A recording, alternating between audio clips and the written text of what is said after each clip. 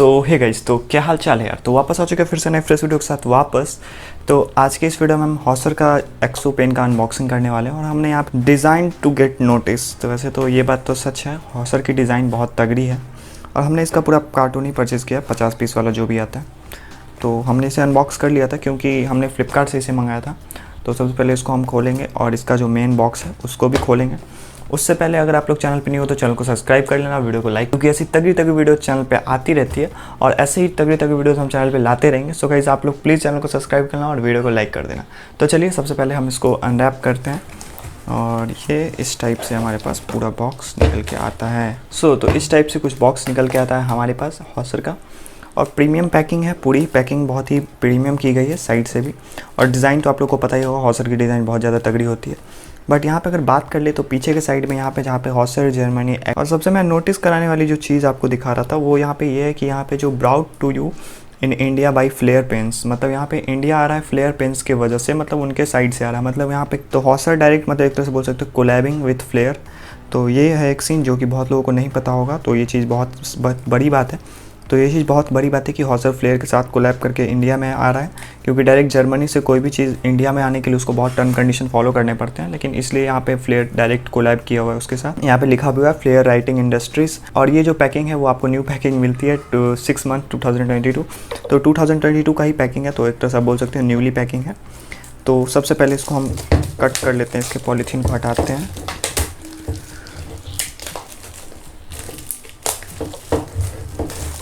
Polythene तो बहुत ही easily मतलब हो जाएगा साइड। तो इस तरह से पॉलीथीन हो गए साइड। उससे पहले यहाँ पे प्राइसिंग की बात कर लेते हैं।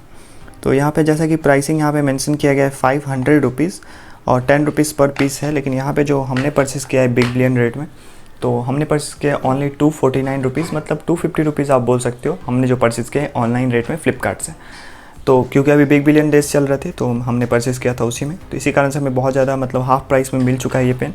और मुझे 5 रुपये के समथिंग में ये पेन पड़ा है। तो अगर 5 रुपये मुझे हॉसर की पड़ रही है तो ये बहुत बड़ी बात है, क्योंकि हॉसर आपको पता ही होगा राइटिंग के मामले में बहुत ज़्यादा ही तगड़ी पेन है और कहीं से भी कॉम्प्रोमाइज़ नहीं करता है राइटिंग से रिलेटेड किसी भी टाइप में।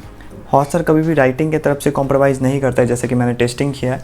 और कभी भी इसकी इंक भी स्मज वगैरह नहीं होती है, जैसे कि बहुत सारे पेन्स का जो इंक होता है वो फ्लो में गिर जाता है कुछ भी, लेकिन ऐसा मैंने एक्सो के साथ नोटिस नहीं किया है। तो चलिए अब सबसे पहले हम इसकी राइटिंग टेस्ट कर लेते हैं, देखते हैं आखिर एक्सपीरियंस कैसा है हॉसर का हमारा।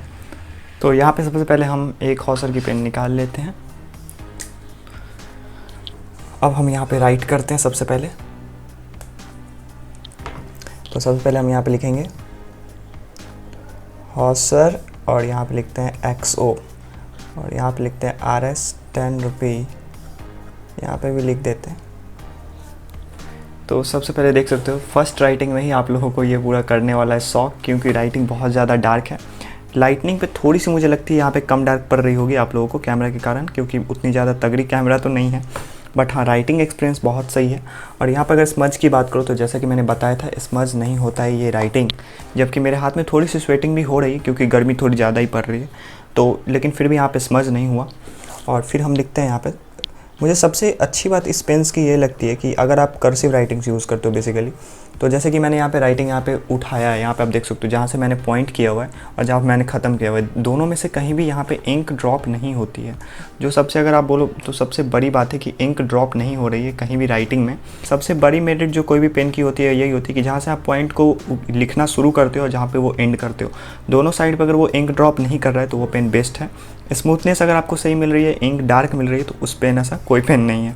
तो आप लोग उसी पेन से प्रैक्टिस करो। अगर ग्रिपिंग के मामले में बोलूँ तो पर्सनली मुझे हॉक्सर ज़्यादा ग्रिपिंग के मामले में पसंद आता है, क्योंकि रबर वाली चीज़ मुझे खासकर पसंद नहीं है, क्योंकि उसमें फर्स्ट टाइम जब आप यूज़ करोगे तो केमिकल टाइप कुछ फील आता है। जैसे कि मैंने बटरफ्लो में भी देखा है, कुछ केमिकल वगैरह टाइप स्लिपरी टाइप कुछ डिज़ाइन वगैरह बनाते हैं, लेकिन इसमें ऐसा नहीं है। तो ये चीज़ बहुत सही है। जो लोग, अगर आप लोगों ने हॉसर पे अगर बोल सकते हो हैंड को पूरा फ्री कर लिया है, तो फिर आप कोई भी एग्जाम में लिखने के लिए आप लोग बेफिक्र हो सकते हो, आराम से लिख सकते हो। और अगर दूसरी तरफ बात करें तो यहाँ पे आपको ब्लैक सेक्शन भी देखने को मिलता है हॉसर में। जैसे कि ये पेन है, ये है ब्लैक हॉसर का। तो ब्लैक का एक्सपीरियंस देखते हैं कि आखिर ब्लैक का एक्सपीरियंस कैसा है हॉसर में।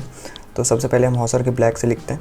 और एक चीज़ मैंने नोटिस करता हूँ, जहाँ पे ब्लू इंक और ब्लैक इंक दोनों में ही बहुत डिफरेंसेस होते हैं। जैसे कि हॉसर का ब्लैक इंक में ही बहुत डिफरेंस है, ये बहुत ज़्यादा ही डार्क है, हो सकता है ये ब्लैक इंक के कारण भी हो रहा है। तो ब्लैक इंक भी बहुत तगड़ी है और मुझे लगता है ब्लू इंक से ज़्यादा डार्क है ब्लैक इंक, ये तो होगा ही क्योंकि ब्लैक ऑफकोर्स सी बात है लाइट ज़्यादा एब्जॉर्ब कर रहा है, इसी के लिए यहाँ पे आप लोग को ज़्यादा वो डार्क दिख रहा होगा। तो ऊपर से स्टैंड आपको बहुत ज़्यादा एक प्रीमियम स्टैंड टाइप फील देता है। प्लस यहाँ पे आपको एक यहाँ पे रेड का भी कॉम्बो मिल जाता है, 3 पीसेस इसमें आपको रेड मिलते हैं।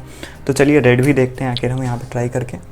और यहाँ पे हम रेड का भी एक्सपीरियंस बहुत सही है। हॉसर के सारे ही पेन्स लाइक ब्लू, ब्लैक और रेड उन्होंने ऐसे कंबाइन करके दिए हुए हैं जिससे आप अगर लिखना चाहो तो तीनों लिख सकते हो। एक तरह से वो आपको लत लगाना चाहते हैं हॉसर की। तो ये चीज़ मैंने नोटिस किया। यहाँ पे देखो बहुत तगड़ा लग रहा है कॉम्बो, आप देख सकते हो ब्लू, ब्लैक, रेड, कितना ज़्यादा तगड़ा लग रहा है इसका कॉम्बो। सो इस तरह से इसके सारे पेन्स की राइटिंग आपको मिल जाती है, ब्लू, ब्लैक और रेड। और राइटिंग एक्सपीरियंस मैं बोलूँ बहुत सही है, कहीं से भी कोई भी स्मजनेस आपको देखने को नहीं मिलती है। वहीं पे अगर बैक की तरफ बात कर लूँ तो प्रिंट होती है, क्योंकि मैंने बहुत ज़्यादा यहाँ पे डिप करके लिखा हुआ था, डार्क टिक्टस बोल सकते हो, टाइटली प्रेस्ड। तो हाँ, पीछे तो यहाँ पे लिखेगी लाइकली टू बोल सकते हो आप जेल पेन्स की तरह। लेकिन हाँ, यहाँ पे पेज बहुत ज़्यादा सुंदर दिखने वाला है, हैंड राइटिंग बहुत ज़्यादा खूबसूरत दिखने वाली है। तो हॉसर के पेन्स आप लोग आराम से यूज़ कर सकते हो मुझे लगता है। तो देन फाइनली बात करते हैं कि आप लोगों को हॉसर का पेन परचेस करना चाहिए या नहीं करना है। तो अब कॉस्ट सी बात है गाइस, आप लोगों को हॉसर का एक्सो बिल्कुल परचेस करना चाहिए, बहुत तगड़ी है। और यहाँ पे जैसा कि उन्होंने लिखा भी हुआ है डिज़ाइन टू गेट नोटिस, वैसा ही डिज़ाइन भी है, वैसा ही स्मूथनेस भी, सब कुछ वैसा ही मिलता है आपको। और पेन बहुत ज़्यादा स्मूथ है। तो वैसे आप लोग 10 रुपीज़ के हिसाब से मुझे लगता है ये पेन मार्केट में तबाही मचाने वाला है। सो इस वीडियो के लिए इतना ही, मिलते हैं नेक्स्ट वीडियो में, तब तक के लिए टेक केयर, बाय बाय।